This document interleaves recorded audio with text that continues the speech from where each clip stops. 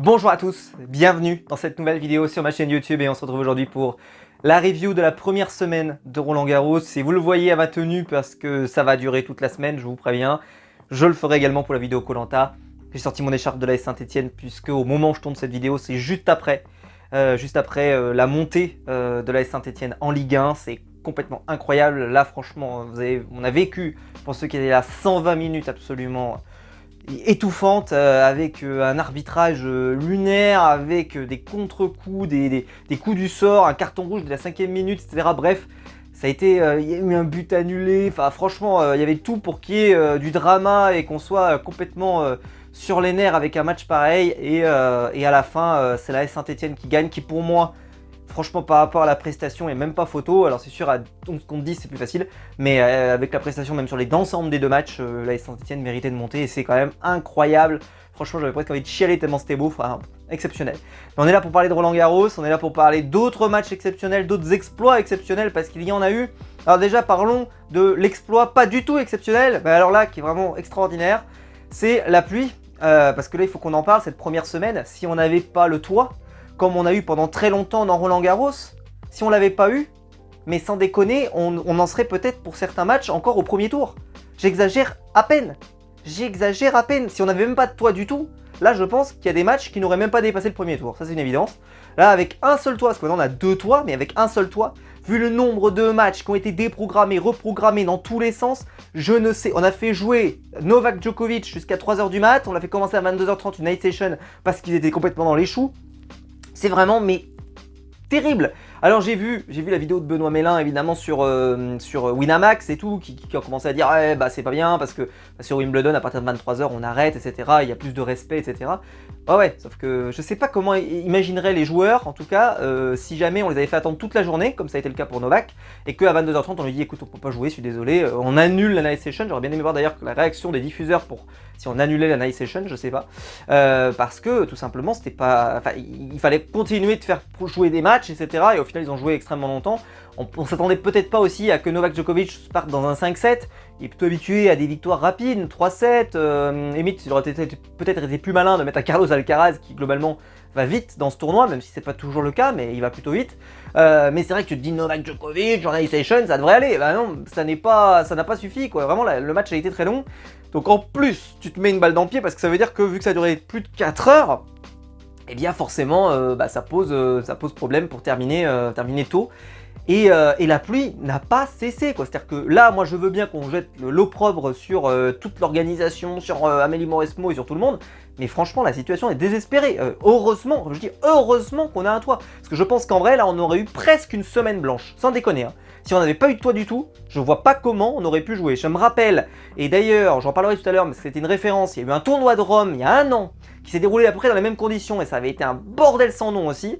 Et ben là, heureusement que depuis, quand même, on a installé un toit à Roland-Garros, qui permet quand même de pouvoir jouer, parce que là, mais je pense qu'on ne jouerait littéralement pas. C'est quoi ce mois de mai et début juin, dans lequel, alors moi chez moi là actuellement il pleut, mais c'est incroyable, j'ai pas vu le soleil depuis des jours. C'est absolument terrible. Donc je pense que c'est vraiment l'acteur majeur de cette première partie de semaine, cette première semaine du tournoi, avec le toit en permanence. Donc forcément ça change les conditions de jeu. La terre battue c'est une surface vivante. Et avec l'humidité, avec le fait qu'on soit enfermé, etc. Donc il n'y a plus d'air, il n'y a plus, etc. Bref, ça avantage certaines personnes, notamment les gros serveurs. Et encore plus qu'avant, parce que déjà que ça les avantageait beaucoup, mais là c'est encore plus. Et bref, je suis très circonspect et je crois que la météo va aller de mieux en mieux d'après ce que j'ai compris dans cette deuxième semaine, heureusement. Mais clairement, on n'était pas loin du fiasco total de ce grand chelem. Et je veux bien qu'on me dise que Wimbledon aurait fait mieux. Wimbledon aurait fait mieux, bah non, ils auraient terminé 4 jours plus tard. Si jamais ils continuaient de maintenir leurs règles, je pense qu'en vrai, ils finissaient 4 jours plus tard. Il n'y a pas moyen d'arriver à notre résultat que celui qu'on fait actuellement, tellement c'est le drame. Donc bon, je veux bien qu'on jette la pierre à tout le monde, mais là franchement, j'ai trouvé que c'était assez exagéré, en tout cas de mon point de vue. Alors, évidemment, on a eu des excellents matchs depuis toute la semaine, pardon, avec un joueur français qui est particulièrement ressorti. Alors d'autres sont en train de passer à travers, évidemment, se font éliminer presque, j'ai envie de dire, de façon logique. Tous les joueurs français d'habitude dans la saison se font marcher dessus, on va pas se mentir, voilà. Et là, à Roland-Garros, ça a été plus ou moins pareil, sauf pour un seul joueur. Un joueur qui sublime son niveau en ce moment, c'est Corentin Moutet. Corentin Moutet qui a un vrai phénomène autour de lui avec ses petites imitations de Cédric Doumbé, c'est vachement marrant. Mais au-delà même de ça, franchement c'est un régal de le voir jouer, il est communicatif. Alors il râle. Pour moi, j'ai vu des gens essayer de le comparer à des Jo-Wilfried Tsonga et Gaël Monfils. Non mais franchement, comparer la carrière de ces gens-là qui ont tenu tête aux Big Free, qui ont été capables de faire des choses, qui ont tenu tête entre guillemets, qui n'ont pas forcément toujours brillé, parfois ils se sont fait ramasser comme pas permis, mais ils ont parfois fait des exploits ou parfois fait des matchs absolument extraordinaires. Là, on compare des choses qui sont incomparables. Corentin Moutet, il s'assoit pas à leur table, jamais de la vie, peut-être un jour, mais là aujourd'hui, c'est même pas la peine d'y penser. Pour moi, c'est un Benoît Paire, Corentin Moutet, et d'ailleurs, si je le choisis, c'est que c'est pas un hasard. C'est que Benoît Paire, il est capable de coups d'éclat, il a parfois été capable de jouer très bien, et puis il est parfois capable de jouer vraiment de façon abominable, de péter des câbles, voilà, et comme le fait Corentin Moutet. Voilà, c'est niveau Benoît Paire. Comparez pas à des gens qui sont bien au-dessus. Faut quand même garder toute proportion gardée, même s'il y a une hype en ce moment, faut garder la tête froide. Corentin Moutet, il est pas à la table de Jo-Wilfried Tsonga, jamais de la vie, mais jamais de la vie, vraiment. Réveillez-vous sinon, parce que franchement, c'est pas possible. Quand j'ai vu France Télé lancer presque un débat comme ça, j'ai fait mais dans quel monde? Mais quel monde il s'assoit à sa table? Bref, ce qu'on peut dire, c'est que donc il y a eu énormément de matchs décalés, des matchs qui ont été coupés en 25 morceaux, qui ont dû jouer sur 2 jours. Bref, franchement, c'est très dur de pouvoir donner un avis. Alors, ce qu'on peut dire en tout cas, c'est que Iga Swiatek elle nous a fait flipper. Vraiment, dans un match dans lequel elle est embarquée jusqu'au 3e set, moi d'habitude, franchement, Iga Swiatek, tu te dis, voilà, elle va marcher sur tout le monde, pardon. Et là, elle part dans un 3e set, t'es un peu dans l'angoisse, tu sens que c'est un jour sans, ça passe pas. Et puis après, 2 jours plus tard, là, tout à l'heure, enfin en tout cas, en début de matinée, elle nous a fait un 2-7. 6-0, 6-0 en 40 minutes. Là, on a retrouvé Iga Swiatek. Wow, ça fait mal. Alors, ça fait mal. Ça, faut reconnaître, ça fait très mal. Quand tu es son adversaire comme ça et que tu vois qu'elle a perdu 10 points sur l'ensemble du truc, enfin, bref, c'était complètement fou. Je vous conseille vivement d'aller voir ce match si jamais vous voulez aller le voir parce que c'était une boucherie chevaline, vraiment incroyable. Même un dimanche, c'est ouvert. Tout ce qu'on peut aussi retenir, évidemment, c'est le début de tournoi de Carlos Alcaraz qui, pour le moment, je trouve, est plutôt efficace. Alors c'est pas la masterclass non plus, mais il est efficace, il fait son job pour le moment. Après, là, je pense que c'est maintenant que ça va se corser, entre guillemets, parce que les arrivées à la 8e de finale, très clairement, on va avoir des dingueries, et je pèse mes mots, là, on va commencer à avoir des grosses affiches. On s'est déjà régalé bien avant que les grosses affiches arrivent. Et là, elles arrivent. Là, ça y est, là, ça se profile. Les 8e de finale, franchement, ça a de la gueule. Moi, j'ai vraiment hâte de les voir cette semaine. Celui qui me fait la meilleure impression du tournoi pour le moment, c'est Stefanos Tsitsipas. Pour moi, même si il n'a pas toujours été en maîtrise totale, mais pour le moment, je trouve que sur la surface, il est excellent, mais vraiment excellent. Il tient bien son truc, il est parfaitement dans son tournoi. C'est un joueur qui a déjà été très loin à Roland-Garros, qui s'était fait arrêter uniquement par un Novak Djokovic. Il est capable d'aller peut-être très loin. Je pense que franchement, il y a un vrai coup à jouer. Alors le problème, c'est que malheureusement, il s'est mis un peu dans le guêpier tout seul parce qu'il est en double avec sa copine. Et donc forcément, il va perdre de l'énergie. Donc à réussir déjà à passer tous les tours d'un grand chelem sans perdre trop d'énergie, c'est déjà dur.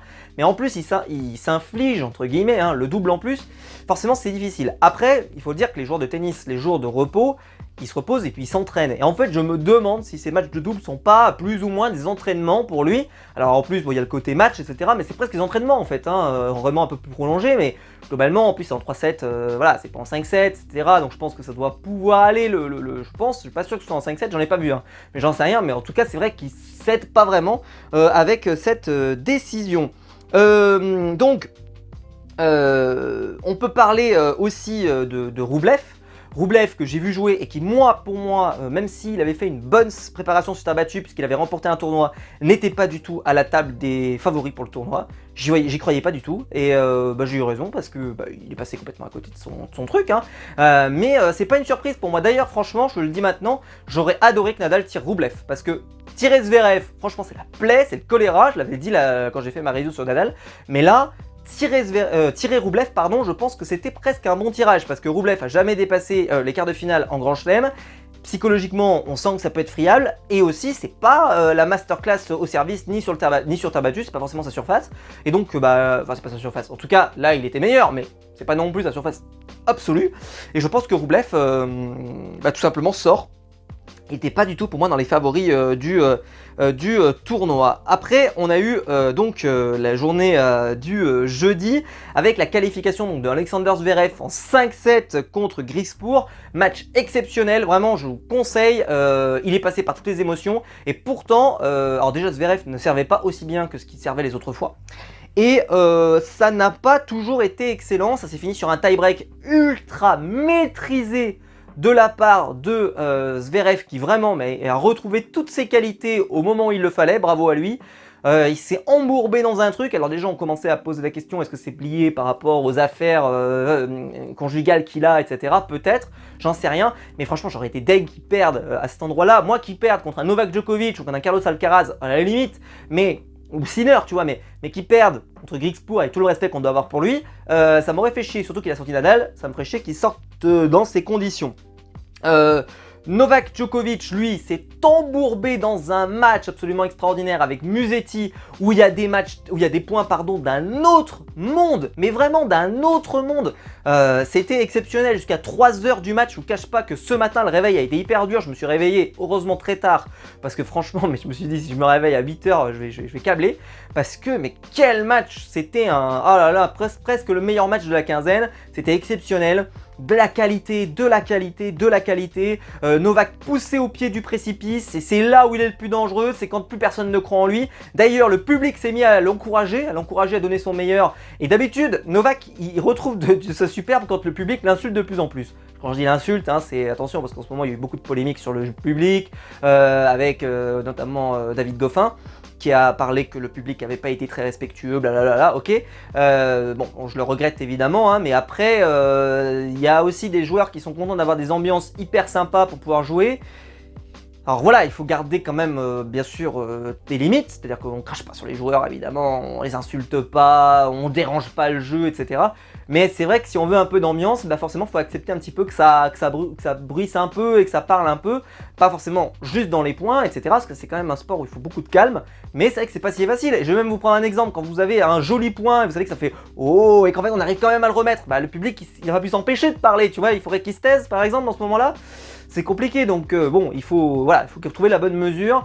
Là, je pense que voilà, ils ont un peu essayé de recadrer. Je trouve que c'est très bien parce que bah non, voilà, il y a des comportements. Moi, j'aime bien les ambiances chaudes. Je viens de Saint-Étienne, donc évidemment. Mais par contre, quand même que ça ne tombe pas dans l'insulte, dans l'anti-jeu, dans voilà, vraiment des trucs où là, c'est juste de la stupidité et ces gens-là n'ont rien à faire à Roland-Garros. Donc, on a eu ce match exceptionnel en 5-7. Alors malheureusement, Musetti n'a pas réussi à battre Novak Djokovic parce qu'il était bouilli au 5e set. Là, ça faisait mal de le voir. D'ailleurs, il y a un moment, Novak met un peu trop de temps à servir. Je rappelle qu'il est 2h40 du matin, je crois, quand il l'avait averti l'arbitre. Et t'as Musetti, alors qu'il est déjà en train de prendre, je crois, 4-0, hein, 3 ou 4-0 dans le dernier set. Et qui fait à Djokovic, vas-y, relance une première. Et l'arbitre qui lui fait, non, moi j'ai décidé qu'il n'y avait pas de première, donc ce sera sa deuxième. Franchement, j'ai trouvé ça ridicule, vraiment ridicule, il n'y a aucune psychologie. Alors, je dis ça, moi je suis un grand défenseur de Nadal et qui a souvent été accusé, hein, évidemment, de prendre son temps dans les services. Donc, bon, peut-être que je prêche pour ma paroisse, mais je trouve qu'il n'y a pas mort d'homme, quoi. Il n'y avait pas mort d'homme. Il est 3h du mat, il n'y a pas mort d'homme. Enfin, franchement, je trouve que ça manque de psychologie, ça manque de... Quand c'est vraiment de l'abus, ok, mais quand c'est là, il est 2h45 du matin, frérot, ça va 2 minutes quoi. Et pourtant, je suis pas le plus grand fan de Novak Djokovic, mais je respecte énormément évidemment sa légende et sa carrière. Et là, le voir se faire réprimander comme ça, et voir la réponse de Musetti, qui était vraiment hyper classe, ça fait sourire Djoko, ça fait, voilà, c'est là qu'on voit qu'il y a un écart entre les tennisman professionnels qui sont dans leur truc et essayer de produire le meilleur tennis dans les conditions qui sont difficiles, où il est tard, etc. Et t'as les arbitres qui eux essaient d'appliquer un règlement droit à la lettre parce qu'on leur a dit que, attention, faut se manier pour aller faire un service parce qu'il faut rentrer se coucher. Franchement, ils sont à 2h45 du matin, j'ai envie de dire foutu pour foutu, ça va aller 2 minutes. Bref, j'ai trouvé ça scandaleux, et pourtant, à me dire, ouais, mais c'est normal, ils font la même règle pour tout le monde. Ouais, non, mais... Enfin bon, j'en sais rien, je trouve que c'est ridicule. Ridicule, vraiment, mais Musetti l'a trouvé ridicule, tous les joueurs l'ont trouvé ridicule, mais il n'y a que l'arbitre qui s'est dit, ouais, moi je vais faire chier. Bref, j'ai trouvé ça incroyable. Ensuite, on a eu le petit bonbon Ben Shelton qui a affronté Félix Auger-Aliassime. Et Ben Shelton s'est imposé contre Félix. Bravo à lui. Franchement, j'y croyais pas du tout, faut être très clair. Je dis n'importe quoi d'ailleurs, parce que c'est pas Félix Auger-Aliassime. Il y a eu une erreur dans mon fichier, excusez-moi, parce que Félix Auger-Aliassime, je l'ai vu jouer aujourd'hui contre Carlos Alcaraz. Donc il y a une erreur dans mon tableau, excusez-moi. Là, je dis quelque chose bêtement. Alors que je me dis cet après-midi, j'ai vu voir Félix Auger-Aliassime. Donc attendez, je regarde. Pourquoi il me dit ça? Ouais, bon, il me dit... Ah non, pardon, excusez-moi. Félix Auger-Aliassime a battu Ben Shelton. Ah, ça me va mieux. C'est juste que c'était pas dans le bon tirage. Bon, là, j'ai une bêtise, j'allais dire, c'est pas possible. Je viens de le voir cet après-midi, ça comprenez pas. Donc Ben Shelton a été éliminé, ça me va mieux. Dans un match qui était hyper mal programmé en plus, parce qu'il était programmé le matin, ouais, ça me va mieux. Bref, bon, c'était pas extraordinaire, mais bon, c'est pas terrible. Et puis alors, Daniil Medvedev qui s'est imposé en 4-7. Il a fait une déclaration chez France Télé et j'ai trouvé ça extrêmement pertinent. Alors, je vous explique. Notre ami Daniil Medvedev est arrivé et il a dit... ça m'a rappelé le tournoi de Rome, en fait, où il y avait eu beaucoup de pluie aussi. Et au final, j'étais allé au bout. Il avait gagné celui-là. Et il dit, est-ce que c'est pas peut-être les meilleures conditions pour moi pour gagner sur terre battue? C'est-à-dire des conditions qui sont pas du tout favorables aux terriens, où la balle normalement elle va beaucoup plus vite, le lift marche mieux, etc. quand il fait de la chaleur, etc. sur la terre battue. Et en fait, lui, il est presque celui qui bénéficie le plus des conditions.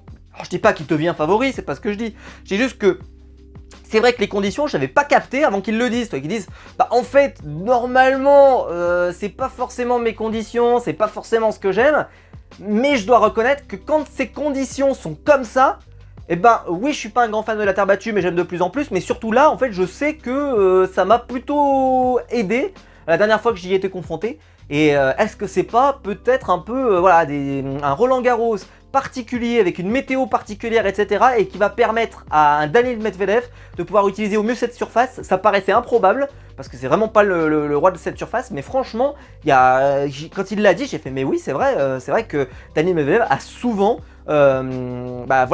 bénéficié de cette surface où il y a beaucoup d'humidité, etc. Et je pense qu'effectivement, ça peut lui servir, et peut-être que ça suffira.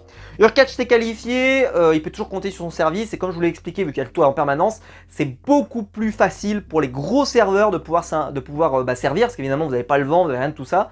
Donc ça l'aide, même si je le trouve moins fort que ce qu'il faisait quand il a massacré Nadal. Alors aussi Nadal était hyper faible, mais je pense que Hurkacz, je pense pas qu'il ira beaucoup plus loin, il faudra voir, mais c'est vrai que c'est un joueur qui a du potentiel évidemment, mais je pense que ça va se compliquer. Casper Ruud évidemment est passé également. Il y a eu le passage d'Alex de Minaur qui d'ailleurs lui non plus n'aime pas la terre battue et va se retrouver contre Daniil Medvedev. Donc un match de gens qui n'aiment pas la terre battue, donc ça va être très intéressant. Je pense que ce match on verra ce qu'il en sort. Taylor Fritz s'est qualifié, Holger Rune s'est qualifié, un peu entre les gouttes mais ça s'est qualifié. Bref, au final, au bout du bout, j'ai envie de dire, on est arrivé quasiment au bout de tous les 3e tours et on est dimanche. Tout va bien. C'est vrai que ça a été un peu le capharnaüm, mais globalement, on arrive à peu près à s'en sortir. Et aujourd'hui, donc pour ces 8e de finale, donc Carlos Alcaraz a battu Félix Auger-Aliassime, et ça c'est vraiment excellente nouvelle de la part de Carlos Alcaraz qui a vraiment marché sur Félix Auger-Aliassime. Alors il était un peu souffrant, il s'est fait un peu tripoter, etc. Bon ok, mais surtout Félix Auger-Aliassime n'a jamais réussi à trouver ne serait-ce qu'une solution pour embêter Carlos Alcaraz, c'était limite gênant. Il jouait vraiment mal, mais abominablement mal. Je me dis pareil, lui, s'il tombait contre Nadal, Félix Auger-Aliassime, je pense que Nadal l'aurait découpé en morceaux parce qu'il n'y avait aucune tactique, mais rien de rien. On a commencé, j'ai vu Patrick Mouratoglou qui a dit, en fait, il essaie de faire une tactique pour lutter contre les atouts de Carlos Alcaraz, et donc dans ce cas-là, et en fait, ça le force à déjouer. C'est-à-dire qu'il joue pas du tout comme il ferait, et donc il joue mal. Il dit, mais en fait, il faudrait peut-être même qu'il rejoue comme il joue d'habitude, même si ce serait risqué parce qu'effectivement, ça va plus dans le circuit de Carlos Alcaraz. Mais là, il joue presque contre son jeu et donc il est en train de se faire marcher dessus. Bah ouais, et oui, mais bon, son entraîneur a pas jugé juste peut-être de lui dire, mais moi je trouvais qu'aussi, s'il était l'ombre de lui-même. Donc je vous l'ai dit, Iga Swiatek évidemment a fait une boucherie chevaline. On a Stefanos Tsitsipas qui s'est imposé en 4-7 contre Arnaldi, et c'était pas facile parce qu'Arnaldi a fait un super tournoi, donc bravo à lui. Et c'est ce que je vous expliquais, c'est que s'il n'est pas rattrapé par malheureusement son physique, entre guillemets, c'est le fait qu'il fasse trop de matchs, je pense que ça peut être intéressant. Aujourd'hui d'ailleurs, journée qui s'est à peu près passée comme il faut. Il y a eu un peu de pluie, mais globalement ça allait. Et globalement, ils ont pu jouer à peu près. On dit bien à peu près parce que c'était pas si facile. Et donc, je crois que je suis arrivé au bout. Pour vous dire maintenant, on a Yannick Sinner là au moment où je tourne cette vidéo qui affronte Corentin Moutet. Je peux vérifier au moment où je regarde juste pour voir. Là, je vois au moment où je tourne, donc comme ça vous le saurez, Corentin Moutet mène 5-1 contre Yannick Sinner. Donc faut vite que j'aille voir ça parce que ça a l'air complètement dingue. Qu'est-ce qui se passe? Vivement que j'aille sur Amazon parce que c'est. Bref, que nous fait Yannick? Je ne sais pas, donc vivement que j'aille regarder cette plaisanterie. Et je peux vous parler évidemment donc, des matchs de lundi. Alors, donc évidemment là il y a quand même une grosse partie des trucs qui ont pu être à peu près faits. On va avoir Novak Djokovic contre Cerundolo. Alors honnêtement, Novak Djokovic devrait s'imposer. Alors on n'est jamais à l'abri, mais il devrait s'imposer. Ça sera pas en night session, d'accord? La night session, ça sera Alexander Zverev contre Holger Rune. Match qu'il ne faudra pas rater. Je pense que ça, celui qui sort de là, ça va être très très bien. Il va prendre une grosse dose de confiance. Et j'exclus pas qu'Alexander Zverev se sorte de ce guêpier et arrive à se qualifier. De l'autre côté, comme je vous l'expliquais, Alex de Minaur affronte Daniil Medvedev et j'espère et je crois en Daniil Medvedev qui va s'imposer et qui, clairement, avec ces conditions-là, peut vraiment être favorisé. Et on aura un Taylor Fritz contre Casper Ruud. Alors ça, on verra bien ce que ça donne, mais je pense que Taylor Fritz peut potentiellement s'imposer. Moi c'est un joueur que j'aime bien, mais c'est quand même la surface de Casper Ruud et je pense que Casper Ruud s'imposera, malheureusement. Voilà, Taylor Fritz pourrait, hein, vraiment, il a des armes pour ça, il a des qualités. Mais ça sera, voilà, je pense que ce sera Casper Ruud. En tout cas, ça serait plus logique par rapport au tournoi qu'il fait où il est vraiment bon. Même si moi, j'étais pas convaincu par sa saison jusqu'à maintenant. Oui, c'est vraiment sa surface, mais je sais pas, j'étais pas convaincu. T'as l'impression vraiment qu'il renaît à chaque fois quand il vient à Roland. Mais voilà. Bref, j'ai hâte évidemment de voir la suite de ce tournoi, de voir cette nouvelle semaine avec beaucoup encore de nouveaux matchs qui promettent des belles affiches. On va s'approcher évidemment des quarts, des demi et je pense qu'on va avoir de plus en plus de très belles affiches. Surtout que Novak Djokovic qui là a été poussé jusqu'au bord du précipice, il est jamais aussi méchant que quand il revient d'entre les morts. Et là il est vraiment revenu de entre les morts, donc je pense que là attention, la bête blessée ça fait très mal. Alexander Zverev qui a des choses à prouver, qui veut vraiment se relancer après son Roland Garros qu'il avait perdu. Il y a Carlos Alcaraz qui affiche un niveau de jeu tout à fait satisfaisant et très bon. Yannick Sinner, là on verra bien ce que ça donne, mais c'est vrai que ça a l'air mal embarqué contre Corentin Moutet, mais ne vendons pas la peau de l'ours avant de l'avoir tué. On a évidemment Daniil Medvedev qui peut-être, on sait pas, les conditions sont tellement bizarres, je sais même pas moi, est-ce qu'il va s'arrêter de pleuvoir dans ce pays? Mais c'est vrai, voilà, on verra bien. En tout cas, j'ai hâte de vous parler de tout ça évidemment. Bref, j'espère que la vidéo vous aura plu. Si c'est le cas, vous pouvez la liker, vous vous abonner, pour la partager sur les réseaux sociaux. Il y a le bouton rejoindre juste en dessous pour devenir mon soutien et je vous en remercie. Et on termine avec allez les Verts, ça vous va? Allez les Verts, allez les Verts, allez les Verts, toujours allez les Verts. En Ligue 1, le retour du derby, le retour des dingueries, etc. On va kiffer, ce sera incroyable. Bref, voilà. Passez une bonne semaine de Roland Garros, une bonne fin de week-end, etc. Selon l'heure, vous allez voir ça, parce qu'elle va sortir très tard. On se retrouve très vite pour de nouvelles vidéos sur ma chaîne YouTube. Allez les Verts, ciao!